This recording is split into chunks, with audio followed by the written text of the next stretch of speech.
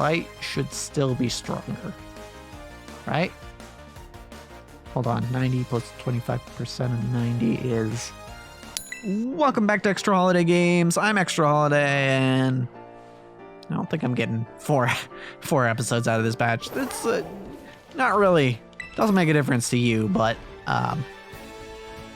starting to think that I made a little bit less progress with Scout than I thought. What are you? I'm gonna add you to the decks, even if I can't. No, come back. Okay, a nimble. Well, now I gotta check. Now I gotta check what this thing is, because if I don't, it's gonna. Oh wow, this is the first time I opened the Pokedex. Oh yep. Oh, okay, it's early on. Looks like a bug. Oh, it won't tell me. Ah, it is bug. Okay. It will tell me the type, and it is just straight up bug type.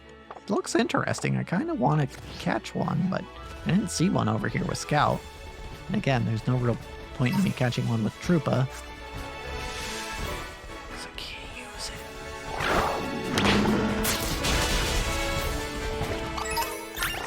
I forget that Super is actually really good in this area.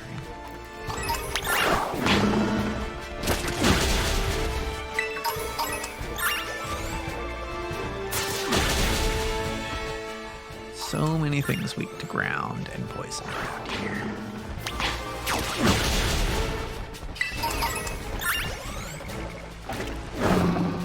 Including that cloth, which I know about now. And I know that they're aggressive. So if I walk up to it, it'll probably try to fight. Good. Get that one too. And once you... Nope. Fight them. Fight them, Super. This Makuhita running at me. Bro. You don't want to fight this. I'll take you out. Good job, Super. Okay. Treasure hunting. I forget who she has. Should probably get a Pokemon... Maybe like a dark type. Someone to deal with psychic types. We do have... That's a fairy type. We do have a psychic weakness on Super, which isn't great. But...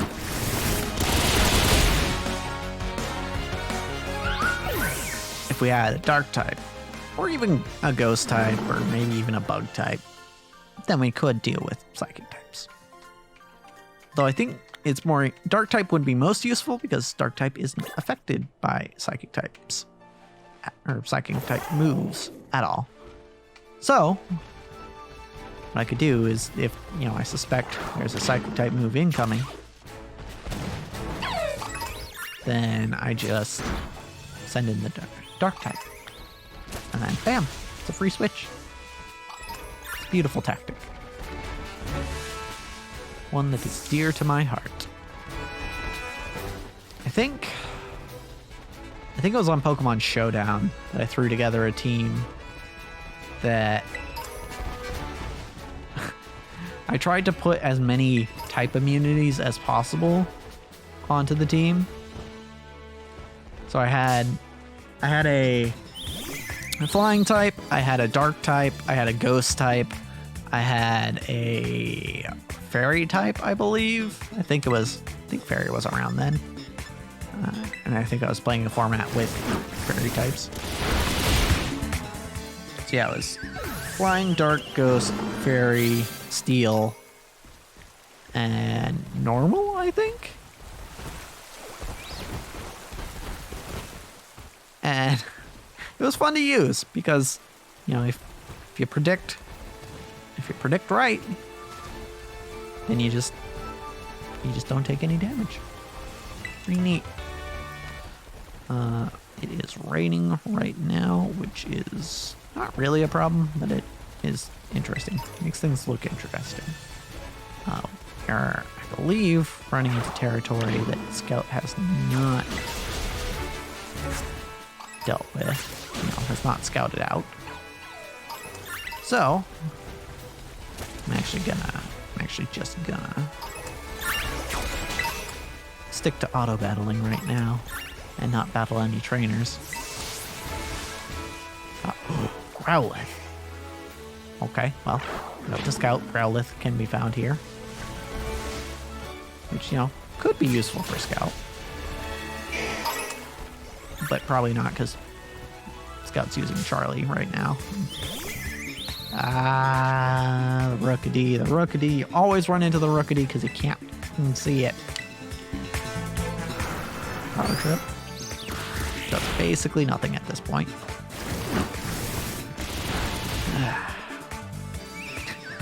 That's the funny thing, right? Because we got two new members to Troopa's team relatively early. And since then, we haven't gotten anyone else. But once we actually get these areas explored, we'll have like a quick burst of 3, because the Stony Titan and the Star Crew base and the gym leader are all challenges. Okay, let's try and sneak up on it. Maybe we'll get more. Okay, we got 4 that time, which is more than we've been getting. What the f*** are you? Dark Super, go. Oh, that wasn't a good type of matchup. Tinkatink. Is it? Hold on. With a name like that, it makes me think of Steel type. Hold on, we're gonna check. Tinkatink. Tinkatink. Where is Tinkatink?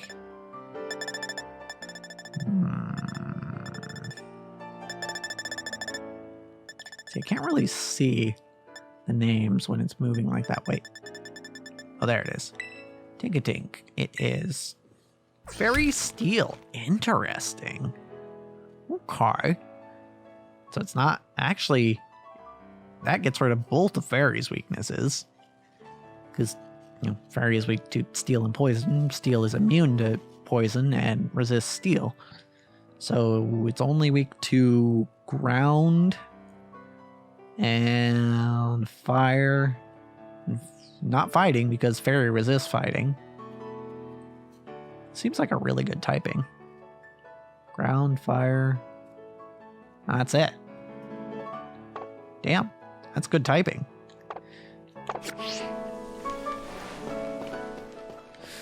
Well, I might just have to use that. Should I find one with Scout. Which I probably will. On account of the fact that Scout is going to be looking around this area more.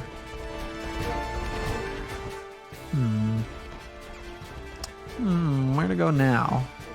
We've pretty much covered all the ground that Scout's covered. So, what do? I mean, we can move on. Certainly, we can't help. Okay. Okay, Shinx. We can move on, but it's arguably dangerous to do so. Again, not like I haven't done an entire blind Nuzlocke before, but I'm fairly certain at this point in Sword I had a full team, probably. Even before the first gym? Yeah, I think there's enough routes before the first gym to get a full team. Oh yeah, oh no, there's definitely enough, because the wild area, I counted at each section of the wild area as a different area. So, oh yeah. Basically, by the time I got through the wild area, I had a full team. That was something that we never really seemed to be short on in Sword, was, spare Pokemon. Although I think towards the end, maybe. I think perhaps, I don't know. I don't know how else you would do the encounter rule in a standard Nuzlocke with Sword and Shield. This one. Thank you. Because it almost feels like treating each area in the wild area as a separate place or a separate encounter seems a little generous. But like, how else would you do it? I mean, you could just say like, oh, the whole wild area is one encounter, which in my head that's too hard, right? Because that means, well, I guess you have like 3 or 4 encounters before the first gym, but I guess that, you know what, that probably would have been fine, but it seemed more natural to me to be like, yes, the wild area, you do each section. I don't know, maybe I could have limited the wild area, you get 1 per gym badge, maybe. That might have worked better. Who knows? Who knows? I don't know. It turned out fine, I think, because there was still plenty of challenge, because that one cafe owner in that one city, for some reason, just has a stupidly good doubles team that's stupidly over-leveled. Why? Why is it over-leveled? I'm annoyed. I'm still mad at that. Like, that hasn't changed. I'm still mad about that stupid double battle with the 2 fairy types. Like, oh, yep, you can't put status conditions on them because the one's ability, and then one, I think, belly drums, if I remember right, and the other heals, and it's like,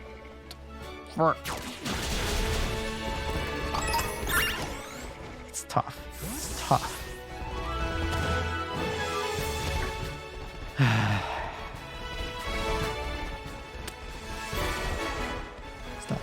Still mad. I will stay mad, I guess. Cause ain't nothing changing about that run. That run's over. Although I will say, I guess on a humorous note, I did not anticipate, because you may know, I didn't actually finish the DLC in that Nuzlocke. I did most of it, but I didn't finish it, because it was like, oh, the only thing left is, you know, the legendary birds and the Reggies, and I'm like, well, I've got those before, you know, I got Reggie Rock, Reggie Ice, and Reggie Steel. I got Zapdos, Moltres, and Articuno. What I didn't realize is they were different from the, you know, the ones you would find in Kanto and Hoenn. Yeah, somehow it didn't register to me that they would have changed him up. I figured it was just like, oh, it's one of the events where you can get old legendaries. Nope. Nope, that's not what happened there. That's a lot of experience right there. Oh, that's a terrestrializing Shinx. Okay. Oh, is that can't be the same ice type terrestrializing Shinx, right? That I found in the other one. I mean, we could go Fuegon just to be safe.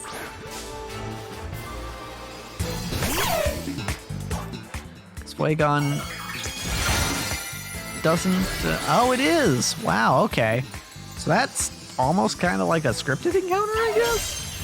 See, here I thought I just got some good RNG, but no, actually, I guess, you know, you're supposed to... if you find a Shinx here that can terrestrialize, I guess it's always an ice terrestrialization. With Ice Fang, by the way. This thing does have Ice Fang. So it's a good thing I didn't send Toxooper in first, because Toxooper might even be slower than this Shinx. But this thing didn't even get to attack, did it? Damn. Damn, Fuegon.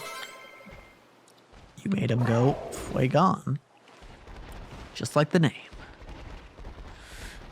Alright. So let's Honestly, I don't think... Oh, I guess we did explore this area with Scout. Well. Yeah, I do remember getting that takedown TM. Alright, but I think this is probably like the last area that we did explore with Scout. So, let's go back to Talk Super in front. Also, I realized at some point that the math on Shell Bell isn't actually as simple as it seems, largely because it rounds, and it rounds up, I believe.